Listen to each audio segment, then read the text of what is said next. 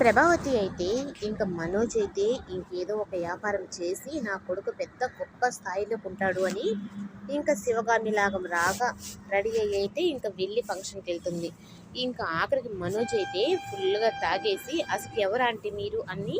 అంటాడు. ఇంకా సత్యంనైతే ఎవరు అంకుల్ అన్నట్టుగా మాట్లాడుతూ ఉంటే ఇంకా ముగ్గురు అలాగే మాట్లాడుతూ ఉంటే ఇంకా అక్కడి నుంచి అయితే వాళ్ళు వచ్చేస్తారు. ఇంకా ఉదయానికల్లా అన్నయ్య మనం ఎప్పుడు వచ్చేవారు ఎక్కడికి అని చెప్పని లేచి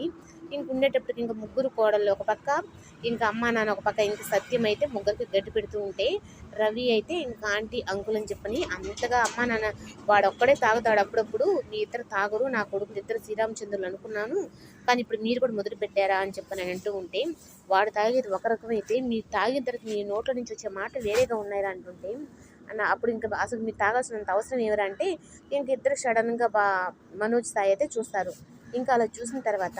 ఏంటి నేనేదో కొంచెమే తాగమన్న పార్టీ అని చెప్పనని మీరేం చేశారు, చీసాలు తాగారు అని చెప్పని మనోజ్ అంటాడు. ఇంకా మీనా అయితే మీరు తాగనని మాట ఇచ్చారు కదా, ఆయన మీరు ఎందుకు తాగారంటే అంత ఈడి వల్లే మీనా అని చెప్పని అంటూ ఉంటే, అంటే అంత మీరు తాగింది కూడా కాకుండా మళ్ళీ మా ఆయన మీద చెప్పేస్తున్నారు అంతా అని చెప్పని రోహిణి కూడా అంటుంది. ఇంకా అలాగ వాదన పడుతూ ఉంటే ఇంకా అసలు ట్విస్ట్ అప్పుడు అవుతుందనమాట. నువ్వు పార్టీ అని చెప్పనని నాకు ఇంత పెద్ద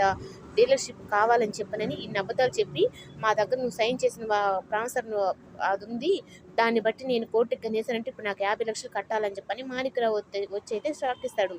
ఇంకా అలా ఇచ్చిన తర్వాత కానీ నాకు ఒకటైతే బాగా అర్థమైంది, మీ అందరూ ఫ్రాడ్ అని చెప్పని అర్థమైంది అని చెప్పి అనేటప్పటికి సార్ మేమందరం ఫ్రాడ్ కాదు సార్, వీడు ఒక్కడే సార్ ఫ్రాడ్ అని చెప్పని బాలు అంటాడు.